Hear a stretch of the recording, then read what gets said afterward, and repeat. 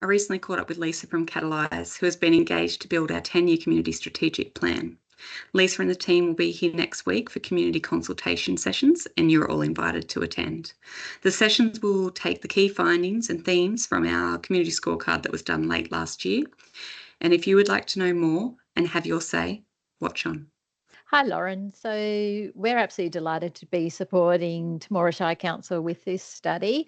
Catalyse is an organisation that's been working with local governments now for over 20 years, and we have a really strong focus on really hearing what communities have to say and then supporting key decision makers to understand that information. We've been working with upwards of 100 different councils, and the benefit of working with so many councils is we get to then assess and determine some benchmarks. So that helps organisations as well to see if they're performing on par with their peers or if they're doing better than their peers. And they can be doing better in some service areas, but not in other service areas. So it just really helps to put things in context. Beautiful. Okay, can you explain the process that you've taken and the results from our scorecard as well? Absolutely. So, getting to know Temora has been fascinating, just learning about the diverse groups of people in your community and what their different needs are. And it's really important that when we do these studies that we are reaching people of different ages. We're hearing from people who live in the towns, people who live in the villages, on farms, people with different interests, life stages, life experiences. So we were delighted that the community got on board with this study, and checking my numbers, 703 community members took part. What was also really lovely is that you could see the honesty coming through and how people felt about the different service areas. So people didn't hold back. If they had some challenges and issues, they certainly let us know what they were. And you can see when you look at the full report, and we'll be sharing a summary of the report as well for people who come along to the workshop. So not giving too much away at this stage, keeping something as a surprise for people. But what was really surprising for me was to see how many times Temora Shire Council got the highest mark out of all of the participating councils that we work with. So I think you came up with 25 different service areas where your results were better than others.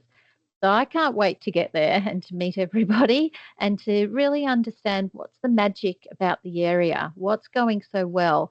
Because when you're doing so well in all these other areas, it really gives us the confidence then that you're going to know how to tackle some of the areas where you're not performing as well.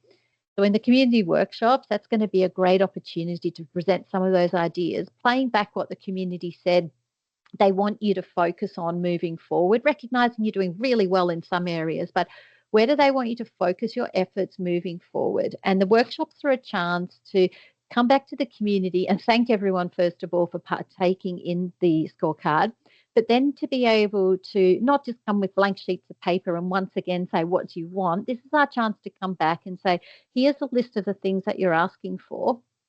Councils have limited resources. They have limited funds. They have great hearts and desires and want to say yes to everybody. But that can lead to a pretty challenging situation then of saying, yes, we're going to do, and they're not delivering. So we want to be really realistic about how we can use the limited resources and funds available for the best purpose. So in those workshops, we'll be having lists of different actions and then asking people to come together and discuss which ones are the most important things for the council to do over the next 4 to 5 years, or more visionary over the next 10 years. That's lovely. And I think you've touched on the demographics, but can you tell me who is it important to get in the room when we do these consultation sessions? So we've got two happening. Who do we want there? Anybody who cares about living in the region.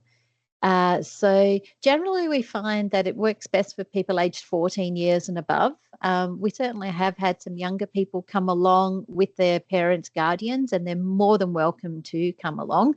But generally we find people aged 14 years and above tend to have a broader perspective on what's happening, because we'll be talking about a whole range of issues from roads, footpaths, playgrounds, services for seniors, sewerage, waste disposal, recycling. It's really anybody who cares about wanting to have better quality of life in Temora Shire now and for future generations as well. Lovely. Okay, so what's the next steps? Where do we go to from here? Come and join us. That's my big message, really. It's it's one of the great joys of doing this work is when we get to meet people face to face in these environments, and they get to see that what they have to say really matters. Hopefully when they come along and they see the results, they're going to get a playback of, oh, that's what I said, or that's what I felt. And then when they're looking at the list of actions that we're considering, they're like, oh, that's what I said. So that's why, it's just really important. Come along and get involved and have your say. Probably the most joy I get is when people get to the end of these sessions and they come up to me and they say, that was really good. Like I really felt like I had a chance to communicate and to listen. These are not the sorts of sessions as well where it's your standard town hall where you're going to get one or two people who speak for most of the time. It's moderated in a way that people can work in small groups. There will be some exercises that you can do on your own if that's how you prefer to work as well. So it's designed in a way that everybody does get to contribute in the session. And if you're a shy person and you don't like speaking in public, you're fine because you get to work in your small groups as well. And then even if you got to the end of the session and you didn't feel like you found your voice there, just come and approach me at the end of the session and just have a quiet word and say, look, I really want to talk about this. That it's a lot of flexibility to do this session. And the most important thing is that everybody feels that they've got an opportunity to have a say. So after these consultation sessions are done, what are we doing? Oh, okay. Or what are you doing? Sorry. No, it's a we thing. It's probably something we haven't talked about already, but one of the big drivers for developing this future approach was to develop a much more integrated way of making decisions. The plans used to be quite separate. So you would have your 10-year vision and then you would have your delivery plan for 4 years and your operational plan for 1 year. But really there was a real need to bring them together. And so we do it in a much more interactive way, but similarly with community. And these decisions are not just with community making them, but we've got a lot of specialists who work within local governments who have some amazing ideas to contribute as well. So we do need to listen to their ideas. And we've got these elected officials as well, councillors who are really knowledgeable and experienced people. So this is a chance to bring all of these ideas together and once a year keep checking in to see how we're going. So next steps, what happens after the workshop? So in those workshops, the community will go through and prioritise the different actions, and we'll spend a little bit of time talking about have we got the vision right and some of those big picture things as well. Are we moving towards the right objectives and outcomes? And then the council will get together with the staff and then they'll refine those ideas. And that's when it's really looking at what's, economically, financially viable.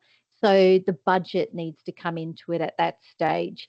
So we can see the community says this is a really high priority. Can we do this first? Sometimes they may look at that and say, actually, it's a really high priority, but we've got to get these other things done first. So the plan that will come back to the community then will have real rational thought process going into when will things happen, how much will things likely to cost. The local government covers some of the costs by the ratepayers' money, but there'll also be some projects where you're looking for external grant funding. Now, we're going to include those projects in the plan as well, and they'll be colour coded differently so that you can see that this is a project that we've got hand on the heart we want to do, but it's going to be dependent on getting some extra funding. Yeah. So that's what will happen. The plan will be developed and then that final plan will go out for community consultation as well. So everyone will have another chance to comment. And then the beautiful thing about this process is that it's a live document.